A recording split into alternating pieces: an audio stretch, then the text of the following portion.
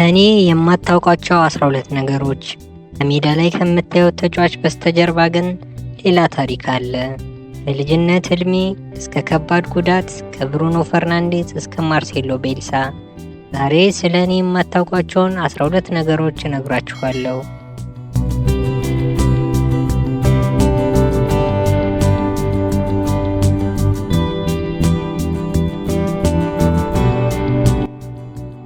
አንደኛ፣ በተደጋጋሚ የሞት ዛቻ ይደርስብኝ ነበር። ይህ ነገር ብዙ ጊዜ ይደርስብኝ ነበር። ከጨዋታ በፊት የእንግዳው ቡድን የልብስ መቀየሪያ ክፍል ውስጥ እንሆናለን።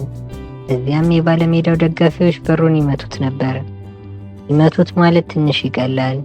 በእውነቱ በሩን ሊያፈርሱት በሚመስል ሁኔታ በኃይል ይደበድቡት ነበር። ከውጪም በጩኸት ይዝቱብን ነበር። ይህን ጨዋታ ካሸነፋችሁ እንገላችኋለን፣ ከዚህ ቦታ በህይወት አትወጡም። እነዚህ ሁሉ የሚከሰቱት በብራዚል ታዋቂ በሆኑት ቫርዚያ የአካባቢ የእግር ኳስ ውድድሮች ላይ ነበር። እነዚህ ውድድሮች ወደ ትልልቅ ክለቦች አካዳሚ መግባት ያልቻሉ ብዙ ወጣት ተጫዋቾች የሚጫወቱባቸው ናቸው። በብራዚል ሁሉም ወጣት ተጫዋች ትልልቅ ክለቦች አካዳሚ ውስጥ መግባት ይፈልጋል። ምክንያቱም አካዳሚ ከገቡ የተወሰነ ገቢ ማግኘት፣ ቤተሰባቸውን መርዳት እና ኋላም ፕሮፌሽናል ተጫዋች የመሆን እድል ይኖራቸዋል። ግን ወደ እነዚህ አካዳሚዎች ያልገቡ ተጫዋቾች ልጆች ብዙውን ጊዜ ወደ ቫርዚያ ይመለሳሉ። ቫርዚያ ለእኔ እንደ ትርምስ ያለ የእግር ኳስ ጨዋታ ነበር። ጨዋታዎቹ በአካባቢው ሰዎች ይዘጋጃሉ። ተጫዋች ለመጫወት የፕሮፌሽናል ኮንትራት እንኳን አያስፈልገውም። ሜዳዎቹ ብዙ ጊዜ የአፈር ናቸው። አፈሩ ያቃጥላል። አቧራና አሸዋ በየቦታው ይነሳሉ። ኳሱን አንድ ሰው ከቤቱ ይዞ ይመጣል። መረብ እንኳን ብዙ ጊዜ አይኖረውም። የግብ ቋሚዎች ብቻ ይቆማሉ። የቡድን ማሊያም አንዳንድ ጊዜ ሙሉ በሙሉ ይረሳል። አንድ ቡድን ማሊያ ሳይለብስ እንኳን ሊጫወት ይችላል። እነዚህ ተጫዋቾች ራሳቸውን ለማሳየት የሚጫወቱ ብቻ አልነበሩም። ብዙዎቹ ተስፋቸው የተቀጨ ነበር። ቁጣ ነበራቸው። ከሞት ለመትረፍ ይጫወቱ ነበር። በየጨዋታውም እንደ ሕይወታቸው የመጨረሻ እድል ይዋጉ ነበር። እንደ እድል ሆኖ የሞት ዛቻዎች በቃል ብቻ ቀሩ። እኛም የባለሜዳው ደጋፊዎች አእምሯችንን ለመቆጣጠር እንደሚሞክሩ እናውቅ ነበር። ግን በሜዳው ዙሪያ የአካባቢው ተጽዕኖ ያላቸው ሰዎች ሽጉጥ ይዘው ቆመው ማየት የተለመደ ነው። አንዳንድ ጊዜ ግብ ልታስቆጠር ስትል በድንገት የጥይት ድምፅ ይሰማል። ያ ትንሽ ሊያስደነግጥ ይችላል። ርችቶችም እንዲሁ ነበሩ። ስለዚህ ሁሌም እንዲህ እላለሁ፣ በቫርዚያ መጫወት ከቻልክ በማንኛውም ቦታ መጫወት ትችላለህ። ትልቅ የአውሮፓ ፍጻሜ ችግር የለም። 90,000 ሰዎች የሞሉበት ስታዲየም አያሳስብህም። አሁን በምጫወትበት ጊዜ መሰደብና እንዲጮህብኝ እንኳን እፈልጋለሁ። ጫናውን እፈልገዋለሁ፣ ማስፈራራቱንም እንደዛው። ምክንያቱም እነዛ የቫርዚያ ጨዋታዎች ነበሩ እኔን እንደ ተጫዋች ያጠነከሩኝ። በእነዚህ ከባድ ሜዳዎች ላይ የተማርኩት ነገር ዛሬም ከኔ ጋር አለ።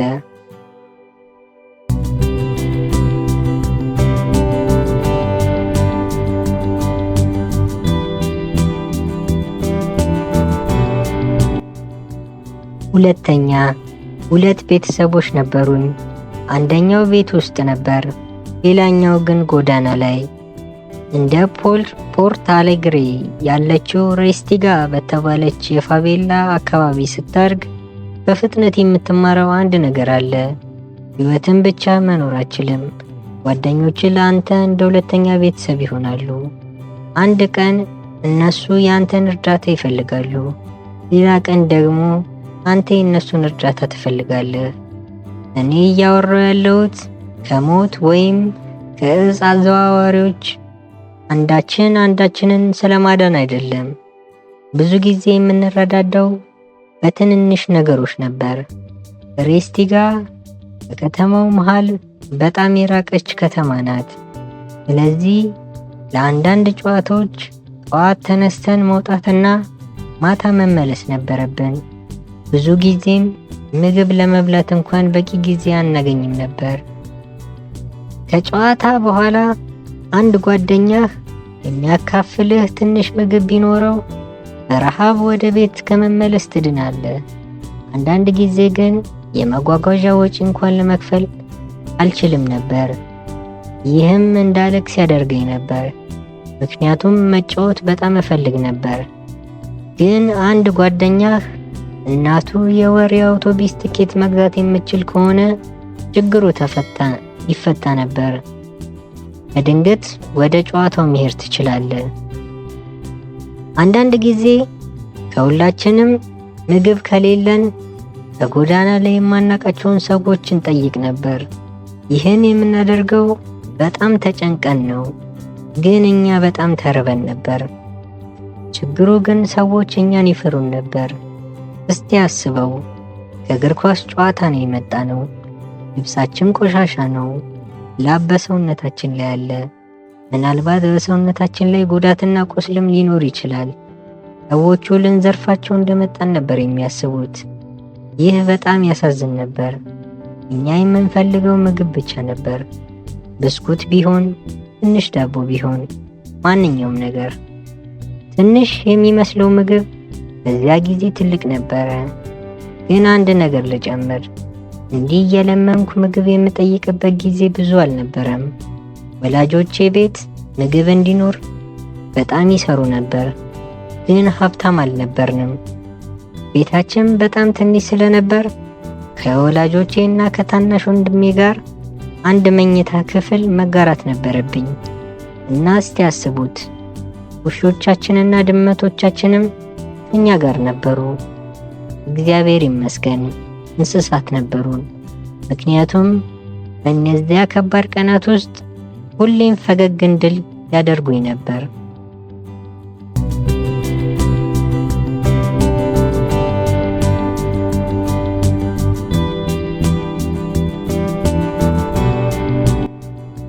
ሶስተኛ፣ በ7 ዓመቴ የሮናልዲኒዮ የልደት ድግስ ላይ ተገኘው። እንዴት ትሉ ይሆናል? አባቴ የሳምባ ሙዚቃ ቡድን ውስጥ ሙዚቀኛ ነበር እና ያ ቡድን በሮናልዲኒዮ የልደት ድግስ ላይ ሙዚቃ ሊያቀርብ ነበር። እኔም በዚያ ጊዜ እድሜ 7 ዓመት ብቻ ነበርኩ። ሮናልዲኒዮ እኔ ባደግኩበት ማህበረሰብ ውስጥ ነው የተወለደው። ስለዚህ አባቴና አጎቶቼ እሱን ያውቁት ነበር። እኔ ግን ከልጅነቴ ጀምሮ ሮናልዲኒዮን መሆን እፈልግ ነበር። በሜዳ ላይ የሚያደርጋቸው ነገሮች፣ እያንዳንዱ ደቂቃ በደስታ የሚጫወትበት መንገድ ሙሉ በሙሉ ይማርከኝ ነበር። ሮናልዲኒዮ ሲጫወት ለሰዎች አንድ ቃል ኪዳን እንደሚገባ ይሰማኝ ነበር። ኳሱን ስጡኝ፣ ፈገግ እንድትሉ አደርጋችኋለሁ። የዚያን ጊዜ ሮናልዲኒዮ ለባርሴሎና መጫወት እንደጀመረ ይመስለኛል። ወደ ድግሱ ስንደርስ በጣም ትልቅ ቤት ነበር። በመግቢያው በር ላይ ቆሞ ለሚመጡት ሰዎች ሰላምታ ይሰጣል፣ ያቅፋቸዋል። በዛ ፈገግታው፣ ያንን ፈገግታ ታውቁታላችሁ፣ ሮናልዲኒዮ የሚታወቅበት ፈገግታ። ከዚያ እኔን አየኝ፣ ወደ እኔ መጥቶ በእጆቹ አነሳኝ። ከዚያም ይዞኝ ዙሪያውን መሄድ ጀመረ። እኔ ግን በድንጋጤ ቆሜ ነበር። ምን ማድረግ እንዳለብኝ አላውቅም።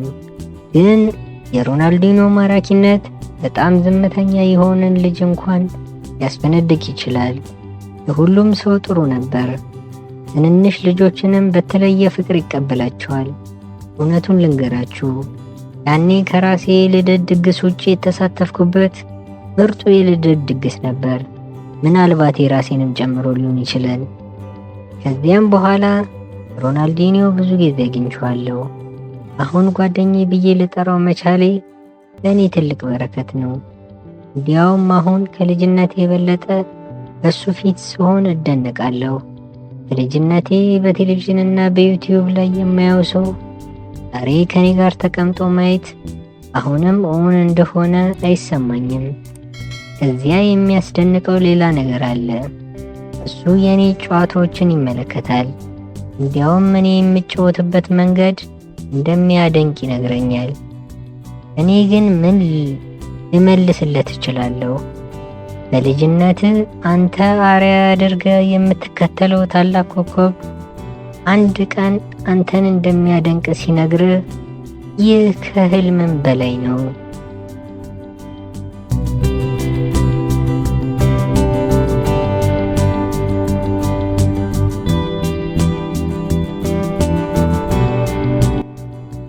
አራተኛ፣ ከእጽ ንግድ ዓለም ማምለጥ ቻልኩኝ።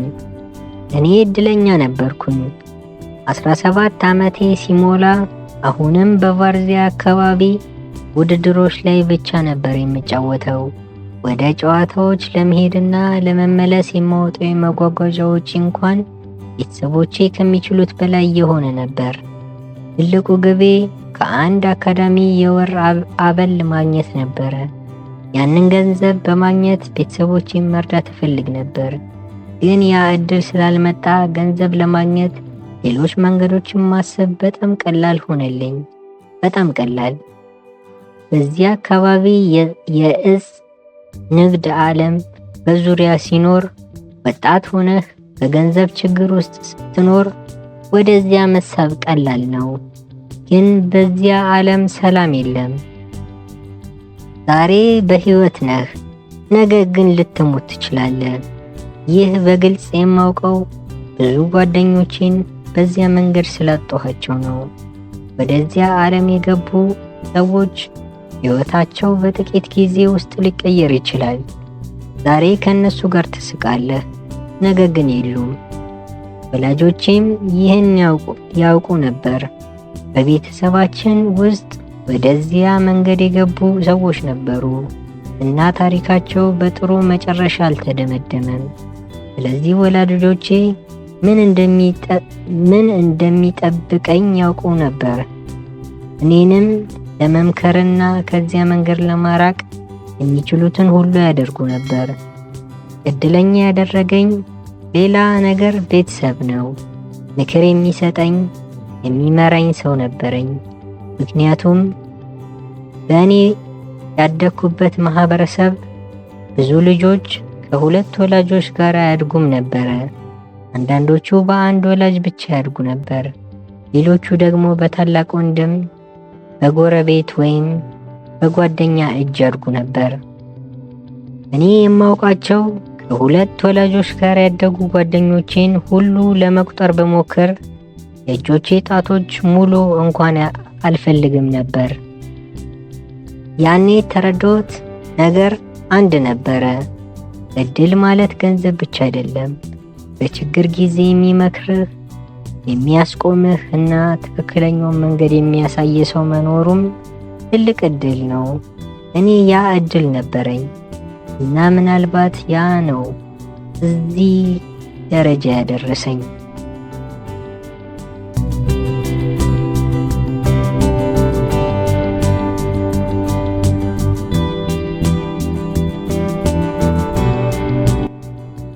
አምስተኛ፣ ምናልባት የፀጉር አስተካካይ ሆኜ ልቀር ነበረ።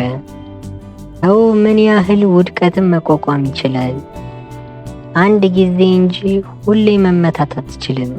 በ18 ዓመቴ ወደ ስንት አካዳሚዎች ሄጄ እንዳልተቀበሉኝ መቁጠር እንኳን ተውኩት። ኢንተርናሲዮናል፣ ግሬሚዮ፣ ቦታው ምንም አይለይም። ሁሉም ቦታ ተመሳሳይ ነበረ። ለአንድ ሳምንት ሙከራ ይሰጡኛል። ከዚያም ለመቀበል ምክንያት ይፈልጋሉ። በጣም ትንሽ ነው፣ በጣም ደካማ ነው፣ ኃይል የለውም። ሁሌም ያው ነው፣ ሁሌም ተመሳሳይ። በ19 ዓመቴ ሊሞላ ጥቂት ጊዜ ሲቀረኝ በአቫይ ከ20 ዓመት በታች ቡድን ውስጥ እየሰለጠንኩ ነበር። ክለቡ ከፖርት አሌግሬ በስተሰሜን ወደ 6 ሰዓት የመኪና ጉዞ የሚፈጀው ፍሎሪያኖፖሊስ ይገኛል። ኮንትራት ለማግኘት ቤት ይህን ያህል ጊዜ ርቄ አልቆይም ነበረ። ከዚያ ግን ተጎዳው። ዳቴ ከዳነ በኋላም ወደ ቡድኑ መግባት አልቻልኩም። በጨዋታ ቀን የሚመረጡ ተጫዋቾች ዝርዝር ውስጥ እንኳን አልገባሁም። ከዚያም ብቻህን ልምምድ አድርጋሉ። በተለምዶ በዚያ ጊዜ ወደ ቫርዚያ መለስ ነበር። ያ ቦታ ቤቴ ነበር። እዚያ ጥሩ እግር ኳስ እጫወት ነበር። ማንም በጣም ትንሽ ነህ አይለኝም ነበር። እንዲያውም ሰዎች በእውነት ከፈለክ ፕሮፌሽናል ተጫዋች ትሆናለህ ይሉኝ ነበር። ግን በአቫይ በመጨረሻ ተሰበርኩኝ። ወላጆቼን ደውዬ እንደበቃኝ ነገርኳቸው። ቤት መመለስ እፈልጋለሁ በቃኝ አልኳቸው። አባቴ እሺ አለ። እናቴም እንዲሁ ተስማማች። ግን እናቴ አንድ ነገር ነገረችኝ። ነገር ግን ህልምህን ከተውክ መደበኛ ስራ መፈለግ አለብህ አለችኝ። እኔም ዝም ብዬ አሰብኩ። ነገሩ እንዲህ ነበር። በ7 ዓመቴ ጀምሮ ህልሜ እግር ኳስ ተጫዋች መሆን ብቻ ነበር። ትምህርቴንም በሙሉ አልጨረስኩም። ስለዚህ ህልሜን ከተውኩ በኋላ በሱፐርማርኬት፣ በፀጉር ቤት ወይም በሌላ ተመሳሳይ ስራ መስራት ይኖርብኝ ነበር።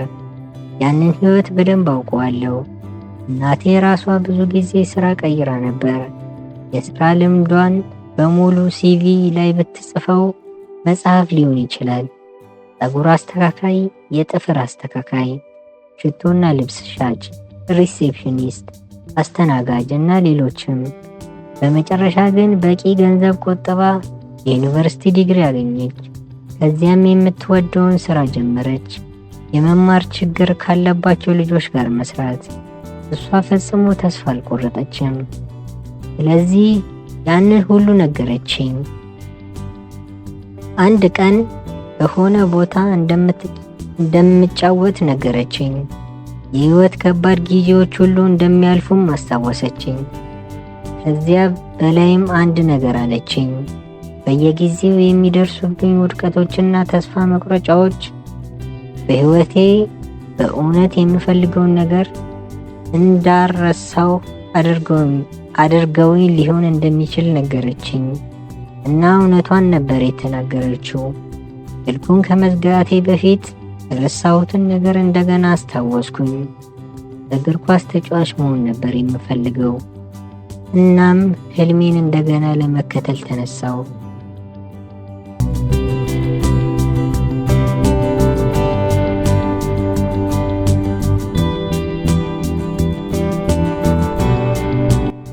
ስድስተኛ፣ አጎቴ አንድ ነገር ትክክል ብሎ ነበር። አጎቴም ልክ እንደኔ ፕሮፌሽናል የእግር ኳስ ተጫዋች ሆኖ ነበር። ግን በኋላ እግር ኳሱን ተወው። ምክንያቱም ጓደኞቹና ቤተሰቡ በጣም ናፈቀው። እኔ እሱ ያደረገውን ለማድረግ አላሰብኩም። እግር ኳስን ለመተው አልፈልግም። ግን እሱ ለምን እንደዚያ እንደተሰማው በጣም እረዳዋለሁ። ሰዎች እኛ የምንኖረው ቅዳሜ ወይም እሁድ ለ90 ደቂቃ ኳስን ለመጫወት ብቻ ይመስላችኋል። ግን እኛም ሰዎች ነን። ስሜት አለን፣ ቤተሰብ አለን፣ ጓደኞች አሉን እና ብዙዎቻችን ከምንወዳቸው ሰዎች ርቀን የመኖር ከባድ ዋጋ መክፈል አለብን። ይህ ዋጋ ቀላል አይደለም፣ በጣም ከባድ ነው። በተለይ እንደኔ ከሩቅ ቦታ ለመጣ ሰው ይህ የበለጠ ይሰማል። ጓደኞችህ እያደጉ ሲሄዱ አታያቸውም። ልጆቻቸውን ሲወልዱም እንኳን አብራቸው ለመሆን አችልም። አያቶችህ ሲታመሙ ከጎናቸው ለመቆም ለመርዳትና እንኳን እጃቸውን ለመያዝ በዚያ መገኘት አችልም። እኔ ያደኩት በፋቬላ ስለሆነ ደግሞ ሌላ ከባድ ነገር አለ። በወንጀል ምክንያት ብዙ ጓደኞቼን አጥቻለሁ። አንዳንዶቹ አሁን በእስር ቤት ናቸው። አንዳንዶቹ ግን ከዚህ ዓለም በሞት ተለይተዋል። በጣም የሚያሳዝን ነው። ደህና ሁኑ ለማለት ወይም ለመሰናበት እንኳን እድል አላገኘንም። አንድ ቀን አብረኸው ትስቃለህ፣ አብረኸው እግር ኳስ ትጫወታለህ፣ ህልማችሁን ትነጋገራላችሁ። ከዚያ በኋላ ድንገት እሱ የለም እና የመጨረሻውን ደህና ሁን እንኳን አልተባባላችሁም። ስለዚህ አጎት ያደረገውን ምርጫ እረዳዋለሁ። ምክንያቱም እግር ኳስ ብዙ ነገር ይሰጥሃል፣ ዝና፣ ገንዘብ፣ ስኬት። ግን አንዳንድ ጊዜ በምትወዳቸው ሰዎች ላይ የምትከፍለው ዋጋ ከማንኛውም ዋንጫ የበለጠ ከባድ ነው።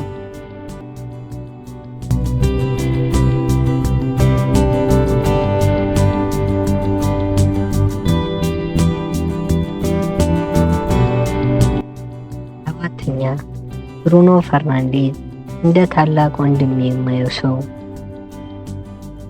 ብሩኖ ፈርናንዴዝ እንደ ታላቅ ወንድሜ ነው የማየው። እኛ የቡድን ጓደኛሞች ከመሆናችን በፊት ጓደኞች ነበርን።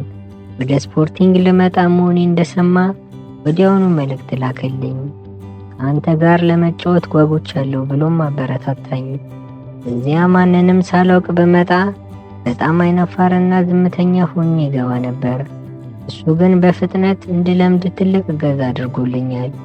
ብሩኖ በሙያዬ ውስጥ ብዙ ነገር አስተምሮኛል። በፖርቹጋል ቋንቋ አብረን ብዙ እናወራ ነበር። አብረንም ለመመገብ እንወጣ ነበር። ወደ ሬን ሲሄድም ምክር ሰጠኝ። በእውነት ብልህ ሰው ነው። ወደ ሊድስ ለመሄድ በአውሮፕላን ላይ ሳለሁም መልእክት ላከልኝ። የእኔ የጨዋታ ዘይቤ ለእንግሊዝ ፕሪሚየር ሊግ እንደሚስማማም ነገረኝ። ትክክል ነበር። ከእሱ ጋር መሆን ብቻ ራሱ ለእኔ ትልቅ መነሳሻ ነው። በከፍተኛ የፉትቦል ደረጃ ላይ እንደርሱ ጠንክሮ የሚሰራ ተጫዋች አላየውም ማለት እችላለሁ። እሱ የሚያደርገው ደረጃ መድረስ በጣም ከባድ ነው። ግን በቂ ጊዜ ከሞከርክ፣ ምክሩንም ካዳመጥክ ምናልባት እሱ ካለበት ደረጃ ትንሽ ትቀርብ ይሆናል። እኛ ግን ስለ ፉትቦል ጉዳይ ብቻ እንነጋገርም። ብዙ ጊዜ እንቀላለዳለን። በሚቀጥለው ጊዜ በሜዳ ላይ ስንገናኝ እሱን እንደማልፈው ሁሌ እነግረዋለሁ። በሚቀጥለው ጨዋታ ኳሱን በእግሮች መካከል አሳልፍልሃለሁ እለዋለሁ። ብሩኖ ለእኔ የቡድን አጋር ብቻ አይደለም፣ በሙያዬ ጉዞ ውስጥ የመከረኝ፣ ያበረታታኝና እንደ ወንድሜ ከጎኔ የቆመ ሰው ነው። በሜዳ ላይ ግን ጓደኝነታችን ለ90 ደቂቃ ይቆማል። ከዚያ በኋላ ወንድሜ ነው። በሜዳ ላይ ግን ላልፈው ሞክራለሁ።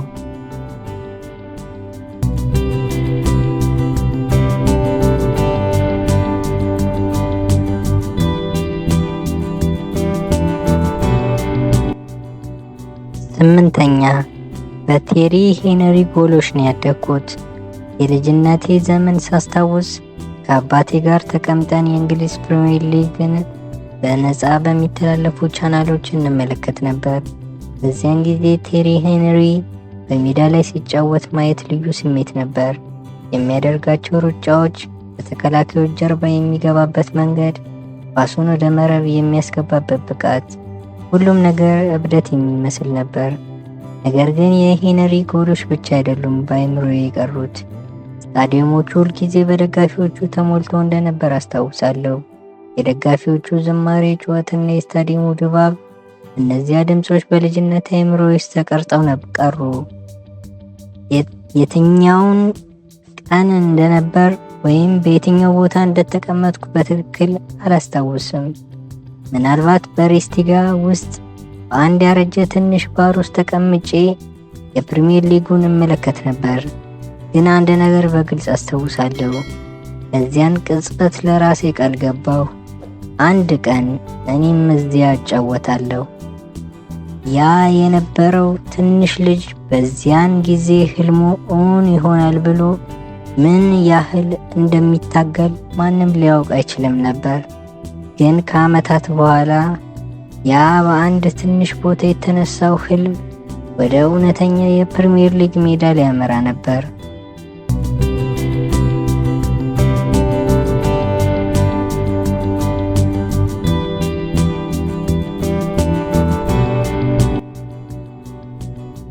ዘጠነኛ፣ ከቤልሳ ጋር የመጀመሪያ ግንኙነቴ በድንገት ነበር። ከማርሴሎ ቤልሳ ጋር የተገናኘሁበት የመጀመሪያ ጊዜ ፈጽሞ አልረሳውም። በሊድስ የመጀመሪያ ልምምዴን እያደረግኩ ነበር። ልምምዱ ከጀመረ በኋላ ነበር እሱ የመጣው። እኔም በሜዳው ላይ ብቻዬን ኳስ እየተጫወትኩ ነበር። በድንገት ግን አንድ ሰው ጀርባዬን ነካኝ። ዞር ብዬ ሳይ ከፊቴ የቆመው ማርሴሎ ቤልሳ ነበር። በእውነት በዚያን ጊዜ ትንሽ ተጨንቄ ነበር። ብዙ ሰዎች አንተ ከቤልሳ ጋር ልትሰራ ነው እያሉ ነግሮኝ ነበር። ስለዚህ ትልቅ ስም ያለው አሰልጣኝ እንደሆነ አውቄ ነበር። ግን ከጠበቅኩት በተቃራኒ ቤልሳ በጣም ትሁት አሰልጣኝ ነበር። ወዲያውኑ እንድረጋጋ አደረገኝ። ወደ ሊድስ እንኳን በደህና መጣህ አለኝ። እንደሚረዳኝም ነገረኝ። እናም ያለውን ቃል በተግባር አሳየ። በመጀመሪያዎቹ ወራት ልምምድ እያደረግን ሳለ በድንገት ልምምዱን ያቆም ነበር። ከዚያም ወደ እኔ መጥቶ በኳስ ውጭ የምንቀሳቀስበትን ቦታ፣ መቼ ወደ ክፍት ቦታ መሮጥ እንዳለብኝና በሜዳ ላይ ምን አይነት ውሳኔ መወሰን እንዳለብኝ በግልጽ ያስረዳኝ ነበር። እነዚህ ትንንሽ የሚመስሉ ምክሮች ግን በጨዋታዬ ላይ ትልቅ ለውጥ አምጥተዋል። ስለዚህ የቤልሳ ብዙ ዕዳ አለብኝ። ከሁሉም በላይ ግን ለቤልሳ የምወደው አንድ ነገር አለ። እሱ ሁል ጊዜም ለድል ይጫወታል። ተጋጣሚው ማንም ይሁን፣ ጨዋታውም የትም ቦታ ይሁን፣ የኛን የጨዋታ መንገድ አንቀይርም። እኛ ማንነታችንንና ምናምንበትን የፉትቦል ፍልስፍና እንጠብቃለን። ያ ነገር በእውነት ይማርከኛል።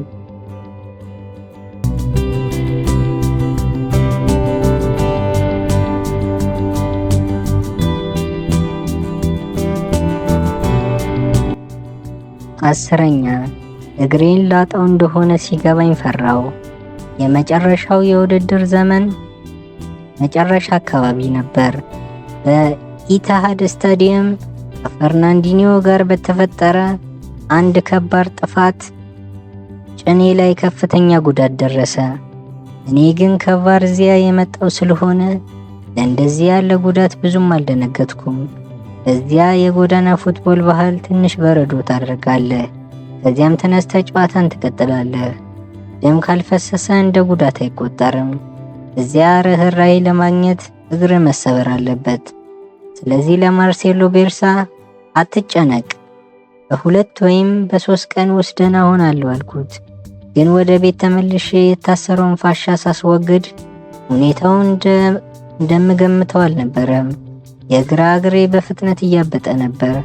ከቀኝ እግሬ ጋር ሲነጻጸር እጥፍ ያህል ወፍሯል። የደም ግፊቴም ወረደ። ወዲያውኑ ለሐኪም ደወልክ። እሱም ወደ ሆስፒታል ወሰደኝ። ህመሙ እጅግ ከባድ ስለነበር ማደንዘዣ መሰጠት ነበረብኝ። መራመድ አልቻልኩም። እንኳን ወደ መኪና መግባትም አልቻልኩም። ሐኪሞቹ በእግሬ ውስጥ ኢንተርናል ሄማቶታ የሚባል የውስጥ የደም መሰብሰብ እንዳለ ነገሩኝ። የተሰበሰበው ደም ለማስወገድ ቀዶ ሕክምና እንደሚያስፈልግ ነገሩኝ። ከዚያ በፊት በሕይወቴ ቀዶ ሕክምና አላደረኩም ነበር። ሐኪሞቹ የውድድር ዘመኑን ቀሪ ጨዋታዎች ሁሉ እንደሚያመልጡኝ ነገሩኝ። አንዳንድ ጊዜ ግን ሁኔታው ከዚያ የሚከፋ መስሎኝ ነበር። በእውነት እግሬን ላጣው እንደሆነ እፈራ ጀመር። እግዚአብሔር ይመስገን የደም መርጋት አላገኙም ነበር። አንድ ሌሊት በሆስፒታል ቆይቼ የህመም ማስታገሻና ሌሎች መድኃኒቶች ወሰድኩኝ። በማግስቱ ወደ ቤት ተመለስኩ። ከ3 ቀናት በኋላም ክራንች መጠቀሙን መተው ቻልኩኝ። ግን ታሪኩ እዚያ ላይ አላበቃም። ህመሙ እንደገና ተመለሰ። በእግሬ ውስጥ የተሰበሰበው ደም እንደገና ማስወገድ ነበረብኝ። በአጠቃላይ 4 ጊዜ ሆስፒታል ሄድኩኝ። በእግሬ ውስጥ የተሰበሰበው ወደ 100 ሚሊ ሊትር የሚጠጋ ደም ተወገደ። ሁኔታው እጅግ አስከፊ ነበር። ነገር ግን ከህመሙ የበለጠ የሚያሳስበኝ ሌላ ነገር ነበር። የማመልጣቸው ጨዋታዎች፣ ሊቨርፑልን በሜዳችን፣ ማንቸስተር ዩናይትድን በሜዳችን፣ ብራይተንን ከሜዳችን ውጪ፣ ቶተናምን በሜዳችን። እነዚህ ትልልቅ ጨዋታዎች እየመጡ ነበር። እኔ ግን ከሜዳ ውጪ ሆኜ ማየት አልፈለኩም። አንድ ግብ ግን ነበረኝ። የውድድር ዘመኑ የመጨረሻ ጨዋታ ለመጫወት በኤለን ሮድ ደጋፊዎች እንደገና ወደ ስታዲየም የሚመለሱበት ልዩ ቀን ነበር። እኔም በዚያ ቀን ሜዳ ላይ መሆን ፈልጌ ነበር። በእድል ከጠበቅኩት በላይ ፈጥኜ ተመለስኩኝ። ከቶተናም ጋር በነበረው ጨዋታ እንኳን ጥቂት ደቂቃዎችን ለመጫወት ቻልኩኝ። ህመሙንም ከባድ ነበር፣ ግን በዚያ ቅጽበት ህመሙን ማሰብ አልፈለኩም። ምክንያቱም ያ የመጨረሻ ጨዋታ ለእኔ ከአንድ የፉትቦል ጨዋታ በላይ ነበር። በሆስፒታል ከከባድ ህመምና ከ4 ጊዜ የህክምና ሂደት በኋላ ወደ ሜዳ መመለስ ነበር። ደጋፊዎቹ በኤለን ሮድ እንደገና ሲጮሁ እኔም በሜዳ ላይ ቆሜ ነበር። በዚያን ጊዜ ያለፍኩት ሁሉ ዋጋ እንዳለው ተሰማኝ።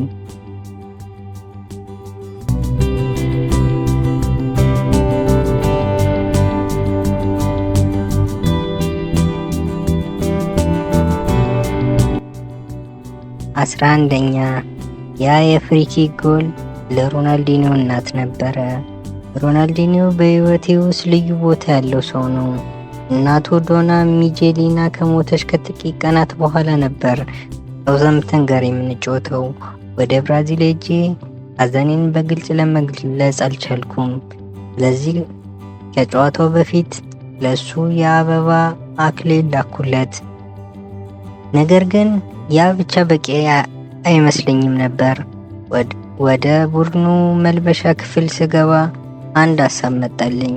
በሚለብሰው የውስጥ ልብስ ላይ ለእሱና ለቤተሰቡ የሚሆን የሀዘን መልእክት ጻፍኩኝ። ለዲያሲስ ሞሬራ ቤተሰብ ብርታትን እመኛለሁ። ዶና ሚጄሊና በሰላም ረፊ። በዚያ ቀን ጎል እንደማስቆጠር ስሜቱ ነበረኝ። ጨዋታው ወደ መጨረሻው ሲቃረብ ፍሪኪክ አገኘን። በዚያ ቅጽበት ይህንን እድል እንደ በረከት ተመለከትኩት። እግዚአብሔር ምስጋናውን ይውሰድና ኳሷ መረቡን ነካች። ጎል። ያ ጎል ለእኔ ከስኮርቦርዱ ላይ ከሚጨመር አንድ ቁጥር በላይ ነበረ። የሮናልዲኒዮ እናትን ለማስታወስና ለቤተሰቡ ያለኝን ክብር ለማሳየት የተጫወኩት የልብ መልእክት ነበረ። ከጨዋታው በኋላ የለበስኩትን ልብስ ፈርሜ ለሮናልዲኒዮ ላኩለት። አባቴ እንደነገረኝ ሮናልዲኒዮ በጣም ተደስቷል። እሱ ብቻ ሳይሆን የወንድሙ የእህቱ ልጅና ሌሎች የቤተሰቡ አባላትም ያደረኩትን ነገር አድንቀዋል። ያ ለኔ ትልቅ ትርጉም ነበረው። ምክንያቱም ከሬስቲንጋ ርቀን ብንመጣም ከዚህ የተማርናቸውን የህይወት ህጎች አልቀየሩንም። የራስን ሰዎች መንከባከብ፣ ወንድሞችህ ከጎናቸው መቆምና አስቸጋሪ ጊዜ አብረህ መሆን፣ እነዚህ ከፉትቦል የበለጠ የህይወት እሴቶች ናቸው። ከሬስቲንጋ ወጥተናል፣ ግን የተማርነውን አልረሳንም። ሁሌም ሁለተኛ ቤተሰብን ተንከባከብ። ሁሌም ለወንድሞች ከጎናቸው ቆም።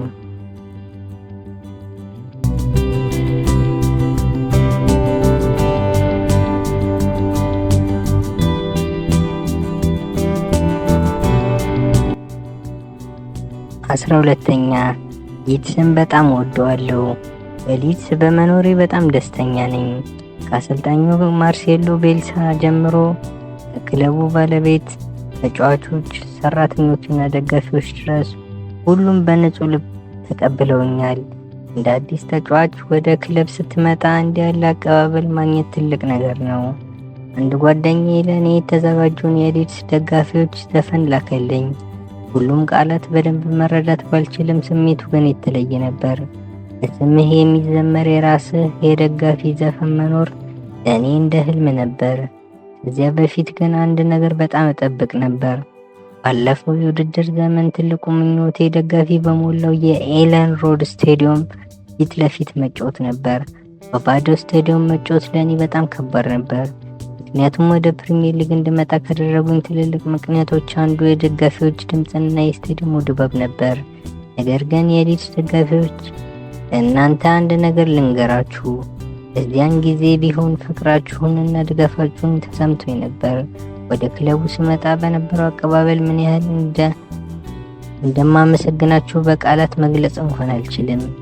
እና ከኤቨርተን ጋር የተደረገው ጨዋታ እውነት ነው መጠበቁ ዋጋ ነበረው።